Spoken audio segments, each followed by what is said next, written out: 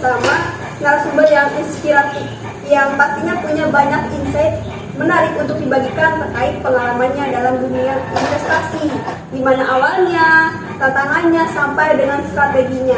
Nah, sebelum kita ngobrol lebih jauh nih, boleh perkenalkan diri dulu Kak, dan ceritakan sedikit tentang Kakak. Perkenalkan, nama aku Nabila Nurtiani, mahasiswa semester 8 yang saat ini sedang mengerjakan skripsi. Awal dulu tertarik banget sama investasi karena saya suka belajar hal baru. Ngomong-ngomong soal investasi nih Kak, apa sih yang pertama kali bikin Kakak tertarik buat mulai investasi? Ada nggak momen atau motivasi khusus gitu Kak? Karena dulu itu zamannya lagi FOMO banget sama investasi, jadi banyak video-video tentang investasi yang berseliweran di TikTok, YouTube gitu. Karena sering lewat, jadi aku mulai penasaran gitu, apa sih investasi itu? Lalu aku mencari-cari, oh begini investasi, mulai penasaran dan mulai belajar-belajar mengenai investasi. Ya. Setelah itu aku mulai mencoba prakteknya, mulai membeli saham dengan modal kecil-kecilan. Emang kadang hal-hal kayak gitu tuh muncul dari hal yang kita lihat tiap hari ya, dari penasaran, malah jadinya pintu masuk ke dunia yang benar-benar baru dan juga seru. Benar kan? Dulu pas awal-awal Kakak belajar tentang investasi, itu dari mana aja? Apakah dari YouTube tadi, ada dari buku, dari teman, atau langsung coba sendiri? Beberapa ada dari YouTube, ada buku, sama dari TikTok. Paling banyak itu dari YouTube, karena di situ lengkap banget dari dasar-dasarnya, mereka ngajarin detail-detailnya, apa yang perlu kita lakuin, apa yang perlu dihindari, resiko-resiko yang ada di investasi. Wah, berarti belajar dari media yang dekat banget sama anak muda ya sekarang. Iya. Keren sih Kak, bisa manfaatin media hiburan yang jadi tempat belajar juga. Kakak pernah nggak gabung atau aktif di komunitas atau organisasi yang fokus di dunia investasi? Pernah, terutama dari Universitas Palangkaraya ada suatu organisasi kemahasiswaan yaitu KSPM Bideng. Jadi di situ kami ada belajar tentang investasi, ada edukasi. Kami belajar bersama-sama tentang investasi, saling mengedukasi itu. Kami juga mengedukasi mahasiswa-mahasiswa dan anak sekolah-sekolah. Keren banget ya Kak, nggak cuma belajar sendiri tapi juga nyebarin ilmunya ke orang lain. Itu pasti nambah pengalaman dan juga pasti seru banget sekali. Seru banget. Nah, waktu pertama kali mulai investasi, itu jenis investasi apa yang Kakak pilih? Kenapa Kakak memilih itu?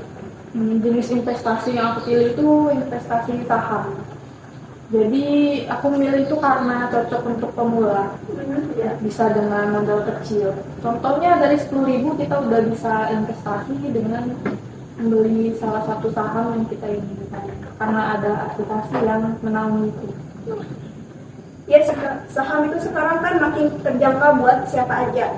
Nah, mulai kecil tapi konsisten itu udah langkah yang bagus banget Kak. Kakak biasanya pakai aplikasi atau platform apa aja buat investasi? Ada alasan khusus nggak sih Kak kenapa milih platform atau aplikasi tersebut? Aku milih pakai aplikasi Stockbit. Aku milihnya itu karena menurut aku aplikasi ini lengkap banget fitur-fiturnya. Ada investasi sahamnya, terus ada komunitasnya, ada berita di situ. Jadi tiap hari kita bisa ngecek ada berita apa aja nih tentang investasi, ada saham apa aja yang lagi fluktuasi gitu. Naik turunnya kita bisa melihat semua dari satu aplikasi itu. Wah, berarti bukan cuma tempat beli saham aja ya Kak, tapi juga tempat belajar dan juga tempat ngobrol soal investasi. Multifungsi banget dari aplikasi itu. Iya.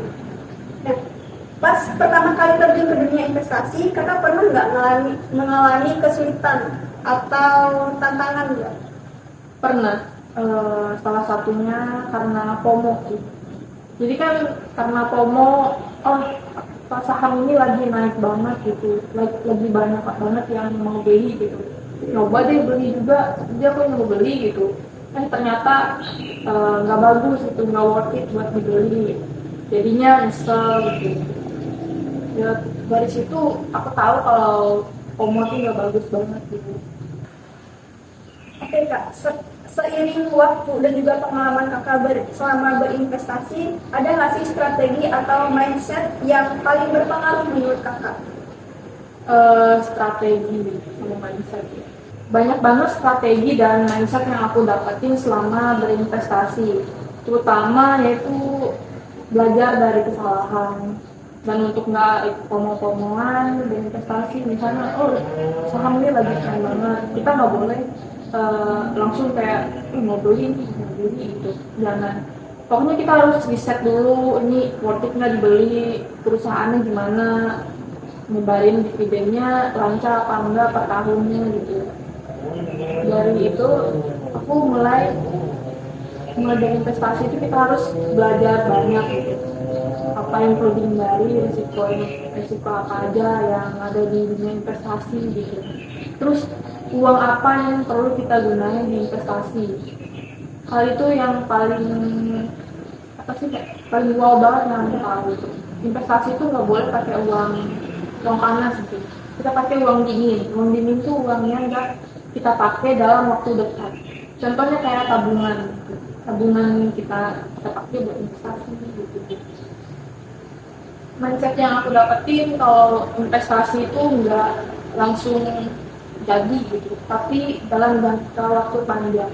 Setuju banget, karena mindset itu memang fondasi utama sebelum berinvestasi. Dan juga soal uang dingin tadi emang wajib jika biar nanti nggak nyesel di tengah jalan. Iya. Sejak mulai investasi ini ada nggak perubahan nyata yang Kakak rasain? Pastinya ada perubahan nyata, dan itu nggak cuma dari segi hasil keuanganku, tapi juga dari pola pikir dan cara mengelola keuangan. Cara mengelola keuanganku lebih baik dari sebelum-sebelumnya. Kalau yang sebelum-sebelumnya aku kayak pakai uang itu secara sembarangan gitu, aku beli ini, ya, beli barang ini tapi nggak pakai lagi gitu, nggak beli barang buat yang butuh. Tapi untuk sekarang aku kayak nyisihin tabunganku, nyisihin uang buat tabunganku untuk investasi gitu. Wah, itu dampaknya ternyata nggak hanya dari segi keuangan, tapi juga sampai ke gaya hidup juga ya Kak? Yang menciptakan atau yang membuat kita lagi dewasa dan bijaksana dalam mengambil keputusan finansial juga. Iya. Kakak ini tipe yang lebih suka main aman atau suka coba yang spekulatif Kak? Kalau aku lebih suka yang main aman karena lebih pasti gitu. Jadi aku investasinya ke saham yang jarang berfluktuasi. Contohnya yaitu di perbankan. Salah satu contoh sahamnya itu kayak BCA gitu, BRI gitu. Aku paling suka di BCA. Tapi Kakak tertarik nggak sih sama investasi saham yang keuntungannya tinggi tapi juga risikonya tinggi? Ada nggak Kakak keinginan untuk mencoba hal itu? Ada, tapi kalau untuk sekarang mencoba itu kayaknya belum. Nanti saat penghasilan sudah stabil. Kalau misalnya saat harga investasi itu turun, gimana sih cara Kakak ngatur emosi atau gimana sih cara Kakak menghadapi hal tersebut? Kalau aku sih menurutku cara aku menghadapinya itu dengan tahu kalau saham itu selalu berfluktuasi secara tiba-tiba gitu, dan itu hal normal dalam pasar modal. Saham selalu berfluktuasi. Jadi kalau menurut Kakak nih, lebih baik mana? Mulai sekarang walaupun modalnya kecil atau nunggu punya uang yang lebih banyak? Kalau menurut aku mulai dari sekarang tuh wajib banget, karena kita bisa memulai lebih awal dan belajar lebih banyak lagi gitu. Pokoknya dengan modal kecil pun bisa, asal konsisten aja setiap bulan misalnya. Ya, setuju sih kak. Mulai kecil pun nggak masalah ya kak, asal konsisten. Yang penting itu langkah pertama itu diambil dulu. Oke, Benar kan? dari pengalaman kakak nih, apa sih risiko terbesar dengan investasi yang biasanya sering diremehin sama orang-orang? FOMO. FOMO. Iya. FOMO itu salah satu yang sulit dihindari. Pokoknya misalnya kayak ada saham yang lagi melejit banget gitu, banyak yang beli gitu kan. Aku juga salah satu korbannya sih. Kayak mau beli deh, kayaknya ini bagus gitu. Karena kayak keikut orang gitu. Padahal itu salah satu hal cara bagi mereka yang beli duluan itu buat naikin harga sahamnya gitu, dengan cara nyebarin bahwa saham ini bagus gitu, kayak pokoknya naikin popularitas salah satu saham ini. Cara mereka untuk naikin harga sahamnya gitu. Gitu ya. Berarti banyak yang pengen cepat untung tapi nggak siap rugi karena nggak ngerti apa-apa. Ikutan FOMO tadi. Pokoknya harus belajar dulu gitu. Ini bagus apa enggak gitu, cek dulu perusahaannya Tahu gimana, dulu. cari tahu dulu. Pokoknya lebih ngecek lagi, lebih dalam gitu. Lebih riset lagi gitu ya. Ya riset. Kakak pernah nggak ngalamin penyesalan dalam dunia investasi? Penyesalan ada pastinya.